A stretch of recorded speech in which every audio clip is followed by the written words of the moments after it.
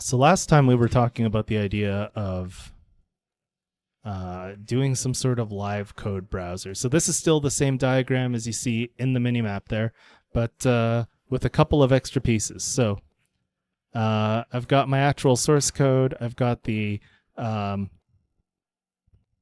and that's being opened inside of VS Code.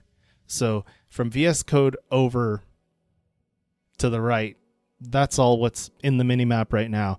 So the idea is, okay, we want the Minimap for people who are coming here who want to be able to watch along and don't want to have to, try to check out the code from some source code repository or something like that in order to figure out, like, where are you in the code? What is this chunk of code even intended to do? So right now we've got it nicely separated out so that each of these different workspace folders corresponds to one of these rectangles in the diagram. Let's say you're on desktop, though. Like, there's no reason why you can't take a look at the code that I'm working on, be able to scroll it up and down. I've made my screen resolution a little bit low just so that it's a little bit easier to see in the UI. But, it would be nice if you could sort of open up this index.html and be like, okay, have a poke around and stuff. So that's sort of what we were saying might be good for today, is like get some sort of thing set up so that that code is accessible to you if you're on desktop, and you can, have like a split screen of like the Twitch video, or maybe like a picture-in-picture of the Twitch video, and then you can still follow along with all of the source code, and you can browse up and down the file. You can look at files that I don't have open. Yeah, let's do that. Let's figure out what parts of this we'd actually want to build today, though. That actual code, the code repository, that's going to live on disk. So that's not going to be represented by anything you have open in VS Code necessarily. So that chunk is never going to get highlighted. The code server very much is going to be implemented in some sort of programming language. We're going to have to edit it. So that's going to be another workspace folder, and that can be highlighted yellow. Now, I don't want to go and set my home router to have like a port that you can sort of dial in through by typing my IP address in. And, honestly, I don't want to give you my IP address anyway. So at some point, what we're going to do is we're going to expose that server, that specific port, through a Tailscale funnel. Tailscale is what I use for my VPN. So that's sort of a handy way to do that. I'm not going to configure that on stream necessarily, but even if I do, that's not going to be something that we edit in VS Code. So that rectangle, the Tailscale funnel, that's also not going to be a workspace folder or something that can be highlighted or something like that. Then finally, we've got something like Nightbot there. I don't currently have any sort of bot in chat. I'm sure I could find one off the shelf to be able to do sort of like, exclamation mark source code or something like that, to be able to respond with like the URL to my Tailscale funnel. I think it might be kind of fun to implement that myself. We'll see how far we get with the code server for today. Let's see. Can I actually export an entire page out as an image? No, I can output it as PDF. I don't think I have anything to convert from PDF to image out here in Windows. I'm going to check, but I don't think that's something I've got. I wouldn't mind getting one.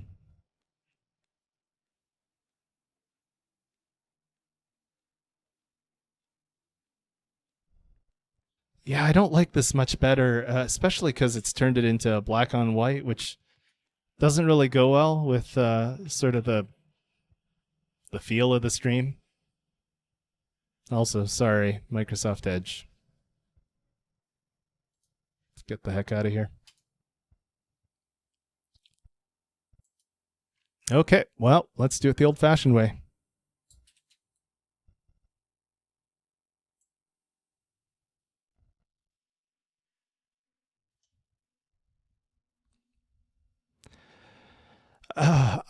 I guess at some point I should also clean up this diagram so that it's easier to see what's going on in the minimap. My writing isn't exactly great.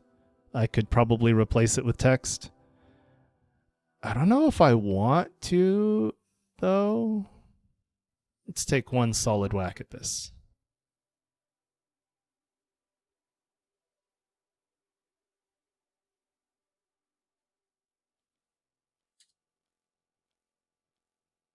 How's that? Is that clear? That feels like that's a lot clearer. It's spelled wrong, but that feels like it's a lot clearer.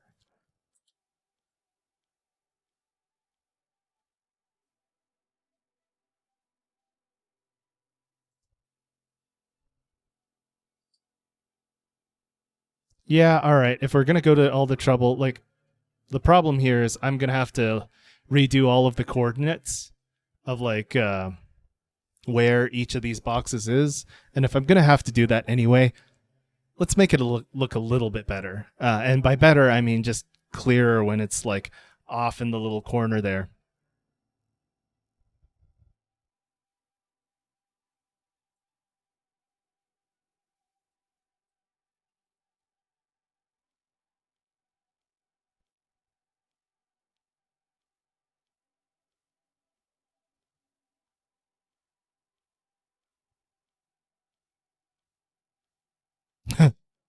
My writing is not that ugly.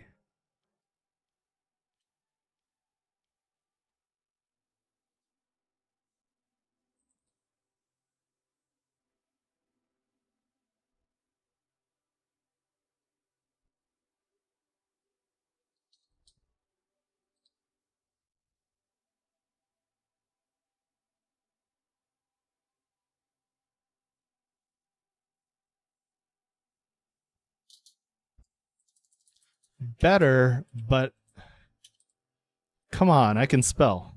I promise I can spell. Well, not everything. I can spell minimap and server.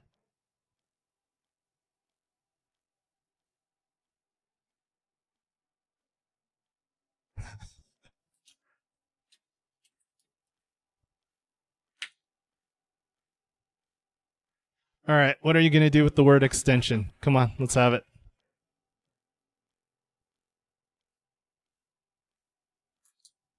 Could be worse.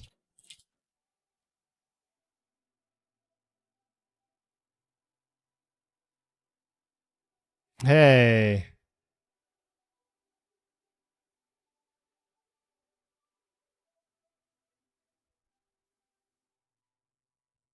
close.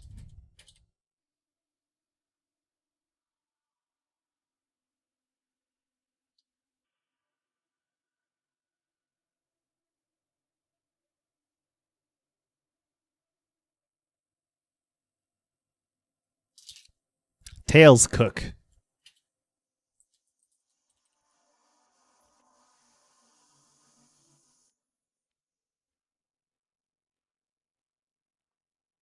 It's not perfect, but I'll deal with it.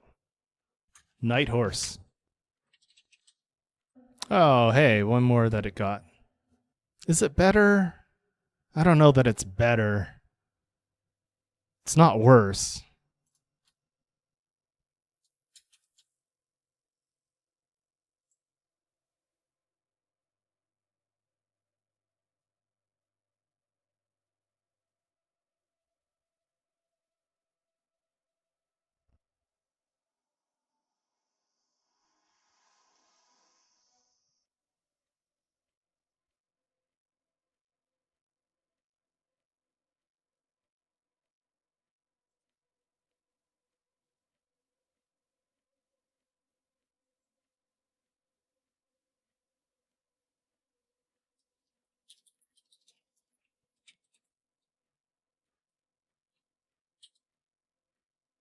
Okay, architecture 2 for now.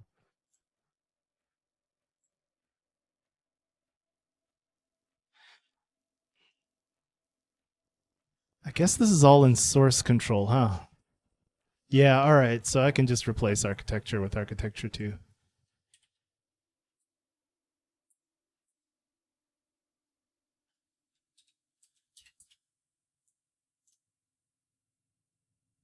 Okay. Now we just need to set everything else back up. I'm surprised that the image hasn't changed over in the minimap yet. Let's do a refresh. I assume this will break everything.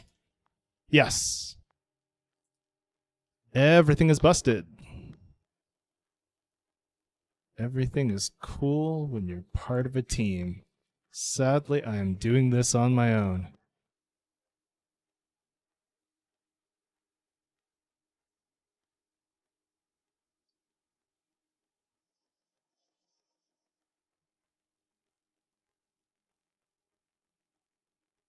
Oh, it's got the red squigglies on it. Oh, it's anti-alias too, so I can't even go in there and color it in.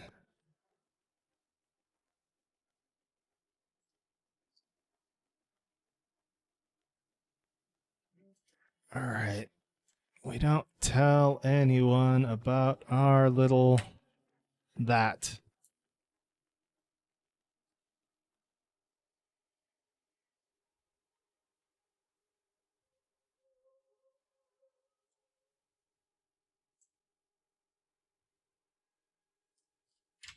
So yeah, putting that I use the color picker to put the background color into the color 2 slot up there.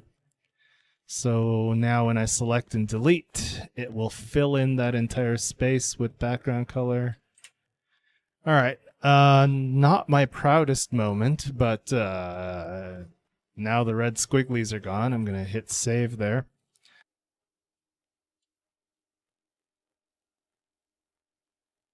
Okay, so I guess first thing to do is to get the coordinates again and the sizes. Well, I probably don't even need the sizes. Not sure. We'll come back to that. But at very least, we're going to need the coordinates of all the boxes that we had before again. So I'm just going to select this here. This is going to be the Minimap UI.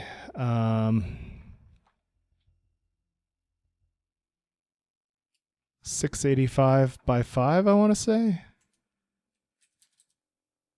Oh, we're going to have to, actually, just looking at it now, I'm going to have to adjust the size of the mini map too, because it's not all showing up anymore, huh? All right. 925 by 533.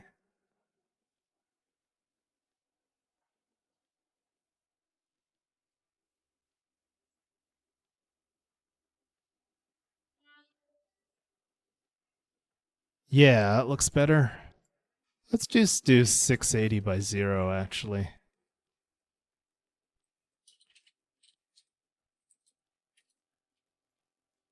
All right, let's see. How close does that get it? I'd say it's pretty close. All right, so it looks like we're going to be able to reuse the sizes, but we are going to have to redo all the coordinates. And, this is all stuff that hopefully, as this thing gets better built out, we'll have ways to automate it so that it's not quite this manual. But I think at some point soon, what's going to happen is this is not going to be something that I'd make in OneNote anymore. So it's going to have to be in some sort of drawing tool, and then at that point, it can probably export the coordinates of the shapes and stuff. But at least here in OneNote, no such luck. So we're gonna do. Next up is let's do the server next. It's gonna be 440 by 30.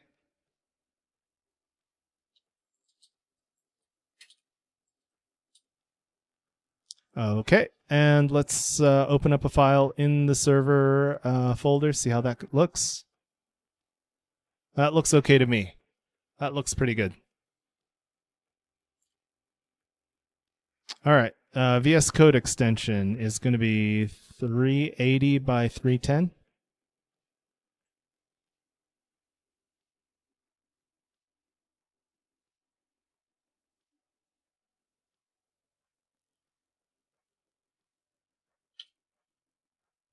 All right, and we open up something in the VS in the extension workspace folder, Yeah, that looks pretty good to me. I might go in there and like tweak these numbers at some point just to make sure that the yellow area is actually highlighting the entire area. But at least from where I'm sitting with the mini map where it is, looks pretty reasonable. Yeah, I don't care to really pixel peep it here, but that looks pretty good.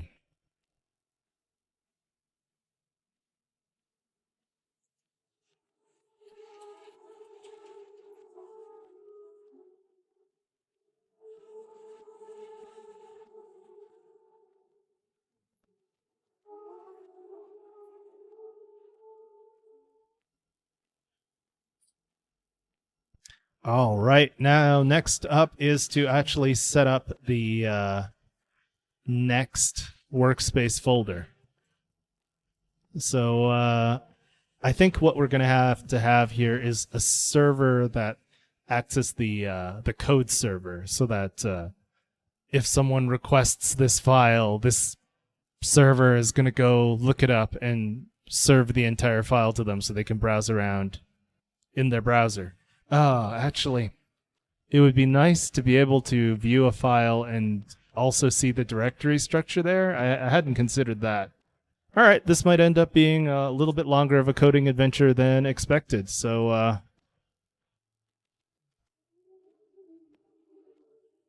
yeah, strap in.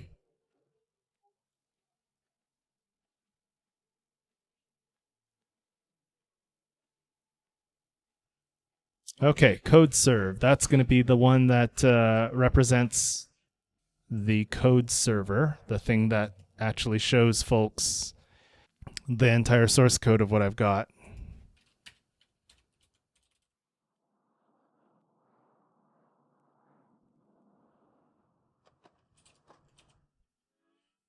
All right, code server. Let's start with that. So now I've got the extension set up so that anytime I open something in CodeServe, it's going to send that to the Minimap server saying, hey, code server, where is it here?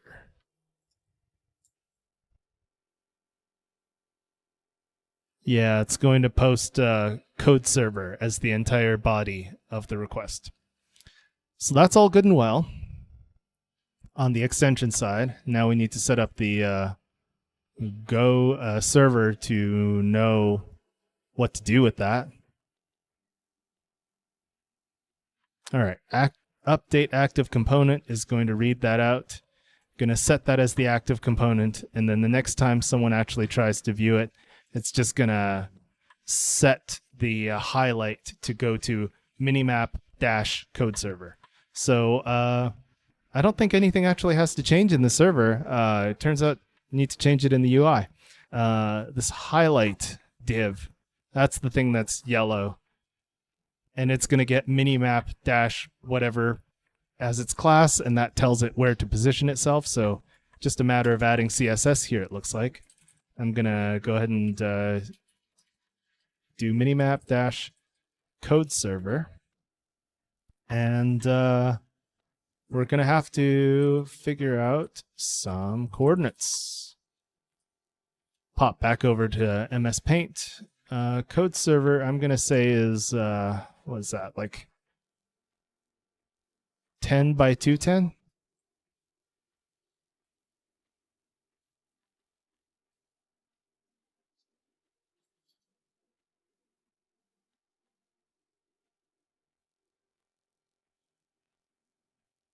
And the size of the selection, I'm going to say is 160 by about 90.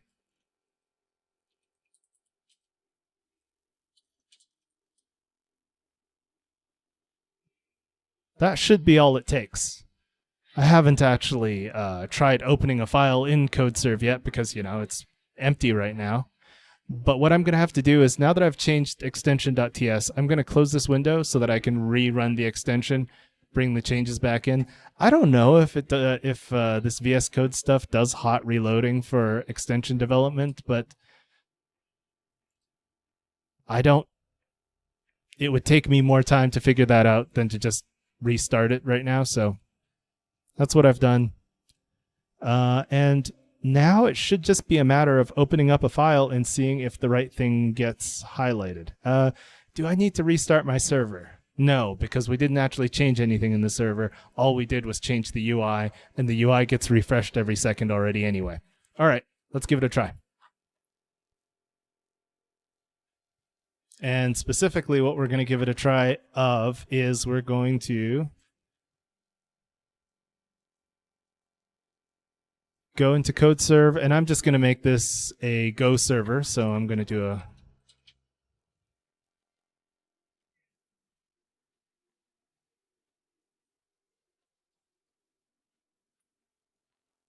Okay, so I've made this a Go module. So now when I click this file, I will be in the CodeServe directory. The active editor is going to be in the CodeServe workspace folder. And hopefully that Minimap updates. Let's take a look. Yes.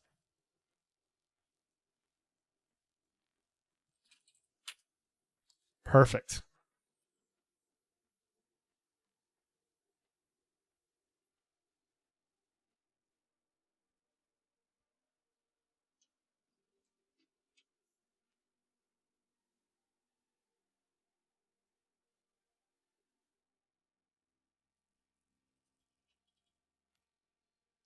And if I were to standardize on these names, I wouldn't need things like this mapping, and my directory name, my folder names would make more sense. But nah, we'll roll with it. See how it goes.